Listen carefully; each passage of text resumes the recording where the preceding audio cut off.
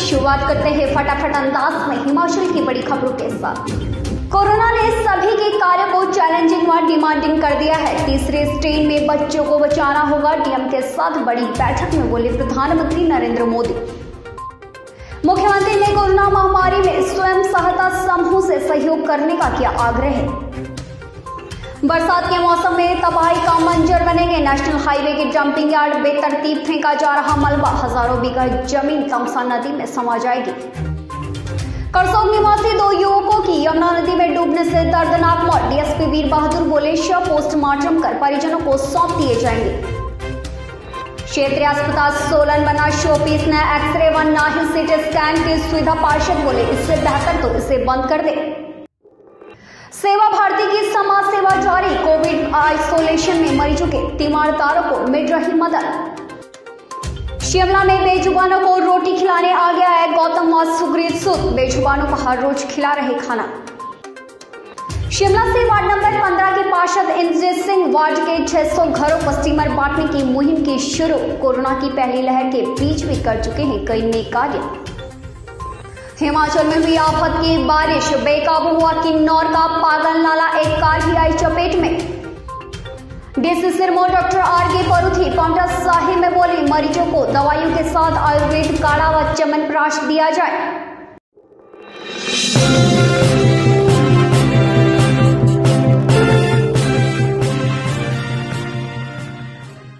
और समाचार अब विस्तार से। बढ़ते संक्रमण को देखते हुए प्रधानमंत्री नरेंद्र मोदी ने डीएम से बड़ी बैठक की।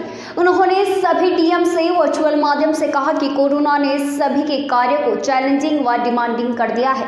नरेंद्र मोदी ने कहा कि फीडबैक से प्रैक्टिकल व इफेक्टिव पॉलिसी बनाने में मदद मिल रही है। प्रधानमंत्री ने कहा कि वैक्सीन वेस्टेज रोकथाम भी जरूरी हो गया है। उन्होंने कहा कि तीसरी स्ट्रेन से बच्चों को ज्यादा खतरा है और उसके लिए और अधिक अलर्ट हमें रहना होगा। मुख्यमंत्री जयराम ठाकुर ने आज प्रदेश के स्वयं सहायता समूह को वर्चुअली संबोधित करते हुए कहा कि स्वयं सहायता समूह कोविड मरीजों के परिवारों की सहायता करने में महत्वपूर्ण भूमिका निभा रहे हैं। उन्होंने स्वयं सहायता समूह द्वारा उनकी आय में वृद्धि के लिए भी की गई पहल को सराहा है। जयराम ठाकुर ने कहा कि राज्य सरकार स्वयं सहायता समूह द्वारा तैयार उत्पादों को बढ़ावा देने के लिए हर संभव सहायता प्रदान करेगी ताकि उनके उत्पादों को बेहतर बाजार मिल सके। चारा देने के लिए भी किसी और आदमी की एक जिम्मेदारी लगाओ, चारा पानी और उसके बाद दूध निकालने के लिए, ताकि जो हमारा एक तो आय का साधन जो चला है वो चलता रहे।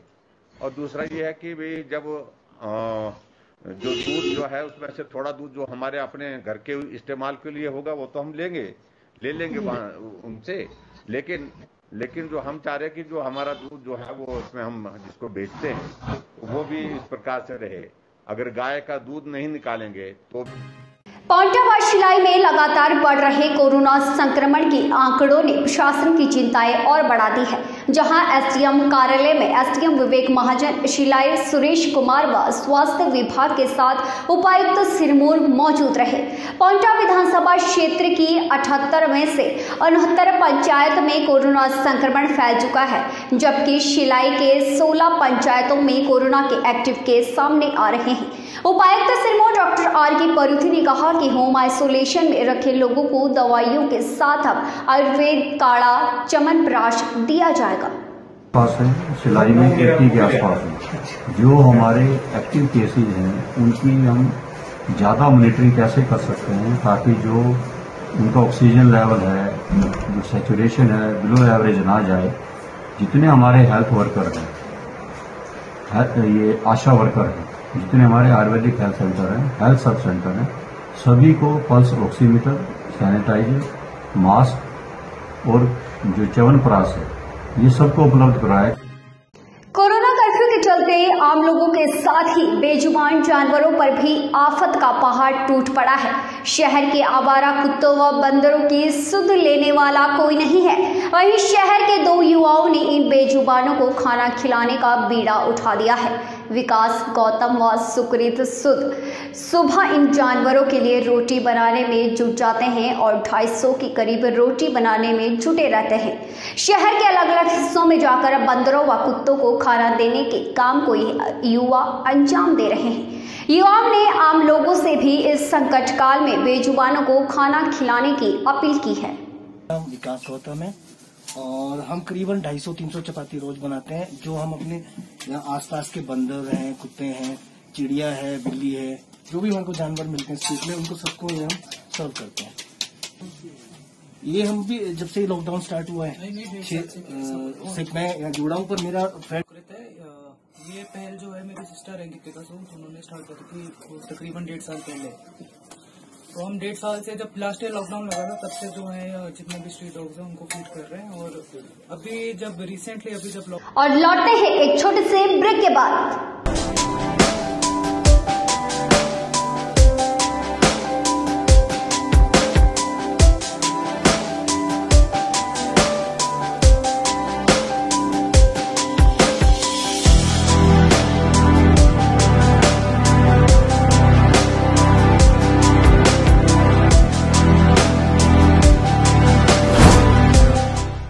भूषण ज्वेलर्स, अनमोल रिश्तों के लिए।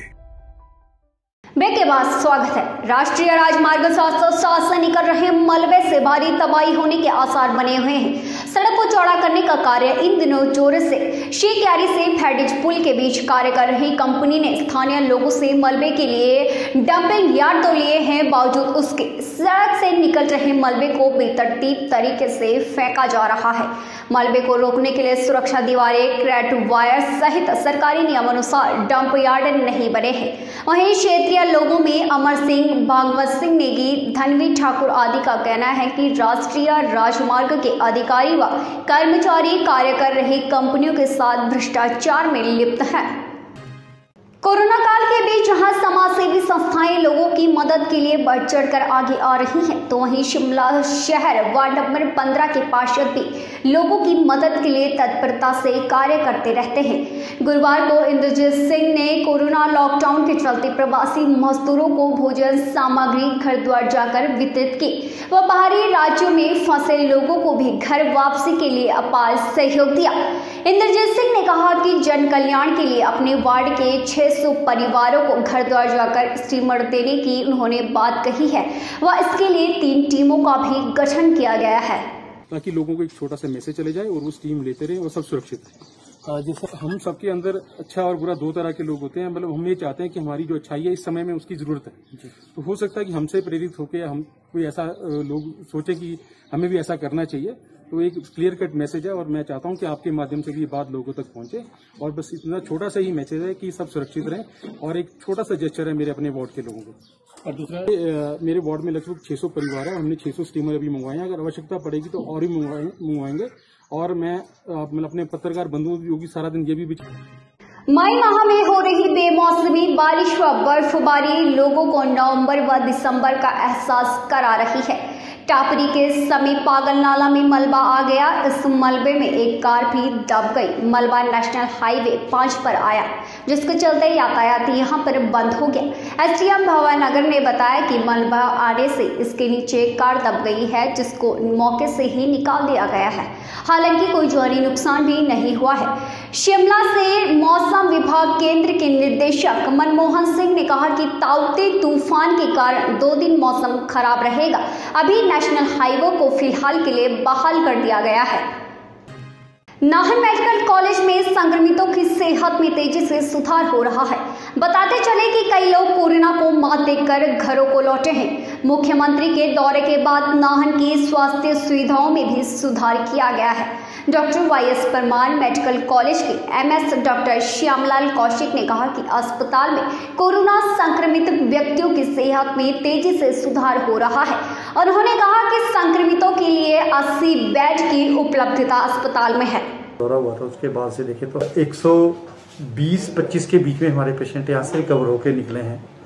और अगर हम ये करें, जो हमारी मृत्यु दर, जो मृत्यु का आंकड़ा जो है वो भी हमारा 20-25 के बीच होगा। कुछ लोगों को हम नहीं बचा पाए या जो बहुत लेट स्टेज में हमारे पास पहुंचे और जिनको एडवांस्ड जो डिजीज़ हो गई थी, ARDS और रेस्पिरेटरी फेलियर था, तो उनको हम नहीं बचा पाए। तो ये हमारी फिगर है। ओवरऑल हमारा थोड़ा कोरोना कर्फ्यू में में ढील के दौरान भी नियमों की अवहेलना करने वाले लोगों के खिलाफ नाहन पुलिस सख्ती से कार्यवाही कर रही है। अतिरिक्त पुलिस अधीक्षक बबीता राणा ने बताया कि लोग अभी भी कोरोना को हल्के में ले रहे हैं व कर्फ्यू में ढील के दौरान नियम गाइडलाइन की अवहेलना कर रहे हैं। उन्होंने कहा कि अवहेलना करने वाले फल व सब्जी विक्रेताओं के खिलाफ कानूनी कार्यवाही अमल में लाई जा रही है व लोगों के चालान भी काटे जा रहे हैं। सब्जी विक्रेताओं को जो कोविड कर्फ्यू की पालना करनी होती है उसको सुनिश्चित बनाने के लिए हम लोग चेकिंग करते हैं प्रतिदिन, और जो दुकानदार जो है इसकी वायलेशन करते हैं, सोशल डिस्टेंसिंग को मेंटेन भी करते हैं और ऐसे व्यक्तियों को, ग्राहकों को सब्जियां अपनी सेवाएं प्रदान करते हैं जो मास्क नहीं लगाते हैं, उन लोगों के हम चालान कर रहे हैं, दुकानदारों को भी चालान कर रहे हैं।